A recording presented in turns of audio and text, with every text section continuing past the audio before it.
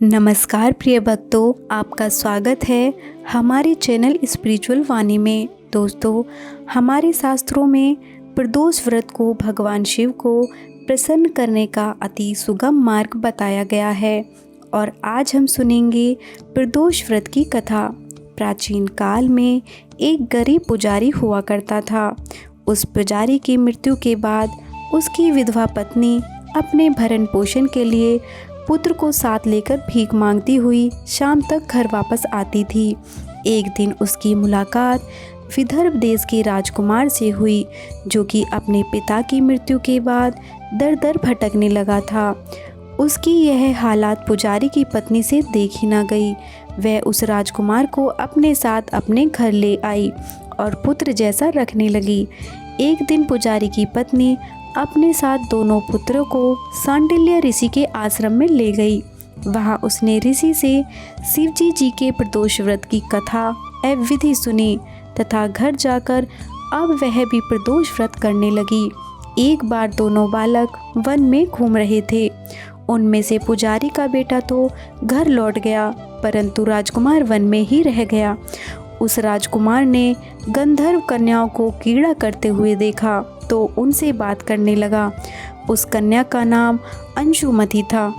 उस दिन वह राजकुमार घर देरी से लौटा। राजकुमार दूसरे दिन फिर से उसी जगह पहुंचा जहां अंशुमति अपने माता पिता से बात कर रही थी। तभी अंशुमति के माता पिता ने उस राजकुमार को पहचान लिया तथा उससे कहा कि आप तो विदर्भ नगर के राजकुमार हो, आपका नाम धर्मगुप्त है।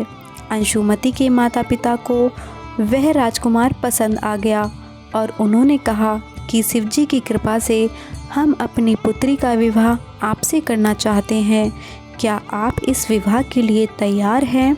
राजकुमार ने अपनी स्वीकृति दे दी तो उन दोनों का विवाह संपन्न हुआ। बाद में राजकुमार ने गंधर्व की विशाल सेना के साथ विदर्भ पर हमला किया और घमासान युद्ध कर विजय प्राप्त की तथा पत्नी के साथ राज्य करने लगा। वहां उस महल में वह पुजारी की पत्नी और पुत्र को आदर के साथ ले आया तथा साथ रखने लगा।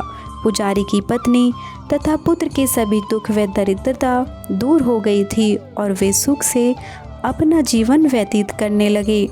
एक दिन अंशुमति ने राजकुमार से इन सभी बातों के पीछे का कारण और रहस्य पूछा। तब राजकुमार ने अंशुमति को अपने जीवन की पूरी बात बताई और साथ ही प्रदोष व्रत का महत्व और व्रत से प्राप्त फल से भी अवगत कराया।